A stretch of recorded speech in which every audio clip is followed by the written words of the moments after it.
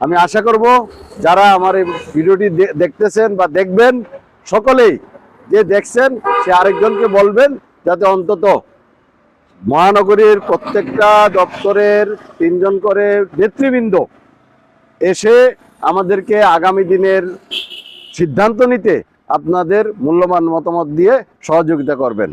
আমাদের জন্য ঝুঁকি ভাতা চেয়েছি এবং সকল সরকারি কর্মচারীদের যত সংগঠন আছে সকলের সাথে আমরা একাত্মতা পোষণ করছি এবং পাশাপাশি আমরা আমাদের সংগঠনকে কিভাবে আরও সাংগঠনিকভাবে শক্তিশালী করতে পারি সেই ধারাবাহিকতায় আজকে আমরা আমাদের কেন্দ্রীয় কার্যালয়ে একটি ধারাবাহিক সাপ্তাহিক আলোচনা সভা হয়েছে।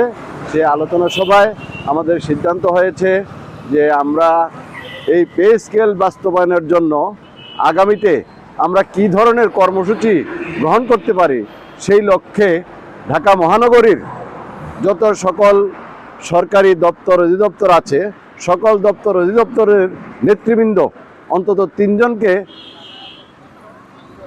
দাওয়াত দেওয়া হয়েছে আগামী শুক্রবার বাংলাদেশ সরকারি গাড়ি চালক সমিতির কেন্দ্রীয় কার্যালয়ে উপস্থিত থেকে তাদের মূল্যবান মতামত দিয়ে আমাদেরকে আগামী কর্মকাণ্ড এবং সিদ্ধান্ত গ্রহণে সহযোগিতা করার জন্য সকলের প্রতি আমাদের কেন্দ্রীয় আহ্বায়ক সাহেব, সদস্য সচিব এবং আমাদের সিনিয়র জালাল ভাই সকলকে আহ্বান জানিয়েছেন।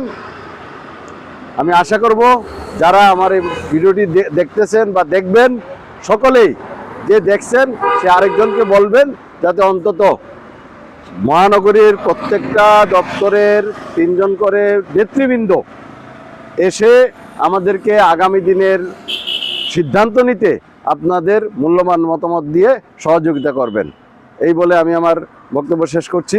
সকলকে আন্তরিক ধন্যবাদ জানিয়ে আসসালামু আলাইকুম। ধন্যবাদ ভাই, প্রিয় ভাই আনোয়ার।